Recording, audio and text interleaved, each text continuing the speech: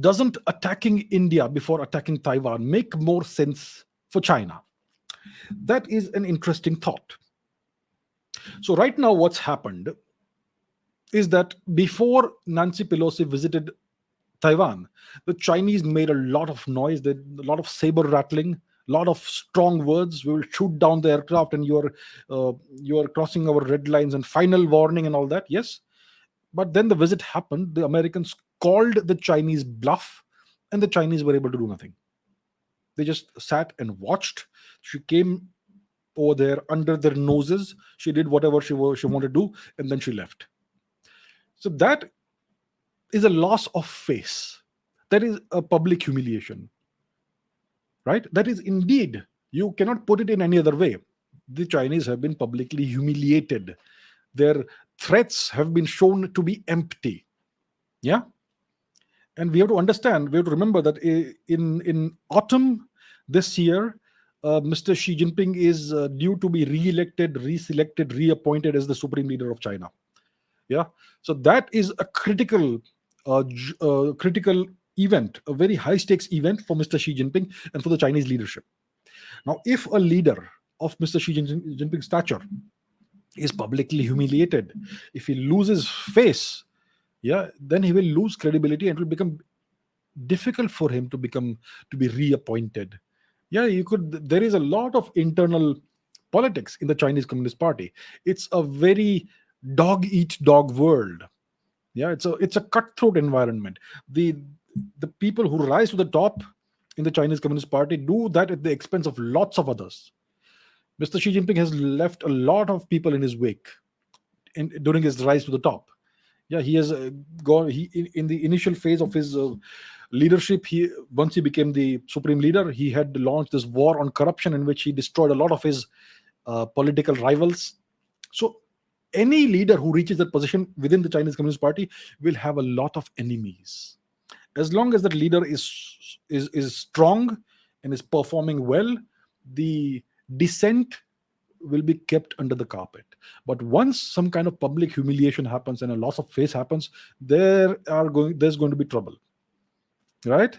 Knives are going to be sharpened. So what's happening, I think it's in October, this re-election, reselection, reappointment, that entire procedure, that is extremely important for Mr. Xi Jinping. So right now, what's happened to him is a humiliation. And people on Chinese social media they've taken to Chinese social media and expressed their frustration and their anguish and all that at what the Americans have been able to pull off. Yeah, it makes the Chinese Communist Party look weak. It makes the leader look weak, which is very dangerous for the leader and also for the Chinese Communist Party.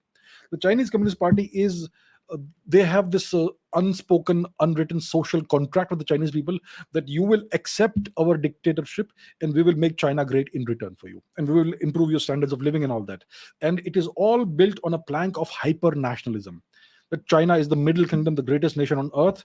We're going to outpace the Americans. We're going to replace and displace the Americans as the global superpower, and so on.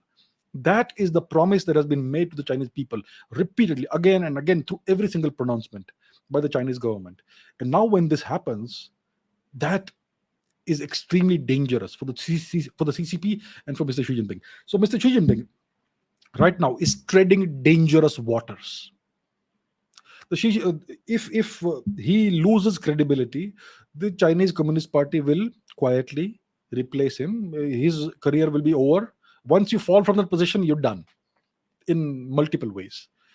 So if Mr. Xi Jinping loses credibility, if he does not show the Chinese people again that I am the guy, I'm the man, I'm the person who can take China forward, then there could be a coup in China. So I have this podcast with Dr. Edward Luttwak on this channel. You can look it up, in which we have discussed this matter. That is Mr. Xi Jinping's position secure in China, and how could a coup against Mr. Xi Jinping happen within the Chinese Communist Party? And he has spoken about that. So this sort of thing could happen if Mr. Xi Jinping, if things go wrong, the Chinese Communist Party will blame the leader. And they will put all the blame on him. They will scapegoat him, get rid of him, and get somebody else in his place. That is a very real possibility. And right now, that possibility is no longer a hypothetical or theoretical possibility. People are actively considering that, I'm sure, within the Chinese Communist Party. Very dangerous times for Mr. Xi Jinping. So, what can Mr. Xi Jinping do about this? After all this big talk, nothing happened. So, the first thing is, like we know, the Chinese are blockading Taiwan. But is that enough to avenge the humiliation? Blockading Taiwan? Or does China need to show something more in order to restore the prestige and the credibility of Mr. Xi Jinping? That is why the option of some kind of misadventure with India is open. So if Mr. Xi Jinping or the Chinese leadership calculates that they can get away with some kind of short, sharp war with India, in which India loses more territory, then the Chinese public could be placated. Yes, yes, yes, we are back. We are back. We have done it. We have shown it. So that option is always open, and obviously, the the Chinese do not want a strong government in India. If India loses a short, sharp war with the Chinese, in which India is humiliated by losing more territory, then it could conceivably lead to the fall of the government in the next elections, 2024. So the Chinese could end up killing two birds with one stone. Mr. Xi Jinping could restore his lost prestige, and they could also engineer a fall of the current Indian government led by Mr. Modi, right?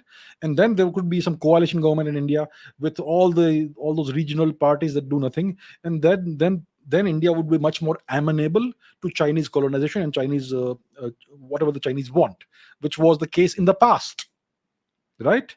So that is a very attractive option, in my opinion, for the Chinese. The question is, according to Chinese calculations, is it worth the risk? Is it worth the risk? One would imagine that the Chinese, if they were to start something with India, they would do it in the Sikkim Siliguri corridor region. And they would want to, if they can take over the Siliguri corridor region, then that would cut off the far east of India from Indian control, and that would be a massive humiliation for India. So that is typically where they would go, or they would go into encroaching further into the Ladakh region or whatever, or in Arunachal Pradesh. So these are various options the Chinese have. They are always actively considering this. The question is, do they believe that they can get away with it? Because I know, I can guarantee that the Indian government is also very much aware of the options that the Chinese have. And the fact that right now Mr. Xi Jinping is kind of desperate to restore his credibility, and he could be tempted to do something like this. So I believe that India is very much aware of what the Chinese are doing. The Chinese could get into Bhutan possibly, but that is not a big enough thing for them. They want to throw a few punches at a much bigger actor, geopolitical actor. So India is a good option for that. I believe the Indian military and the Indian government is very much aware of all this, that the Chinese could do such a thing, and they would have already war gamed all the possible scenarios. And we have spoken about this in detail. The Chinese positions in Tibet are pretty much exposed. India has satellites and other assets in place which can monitor Chinese activities in real time, essentially, even at night. And if the Chinese do anything, their military bases and their camps and all are within easy reach of Indian missiles and aircraft and all that. India has multiple advantages, and of course, the Chinese know that they cannot go too far with a nuclear armed nation. Otherwise, they're going to lose much more than they will gain. So this is a balancing act.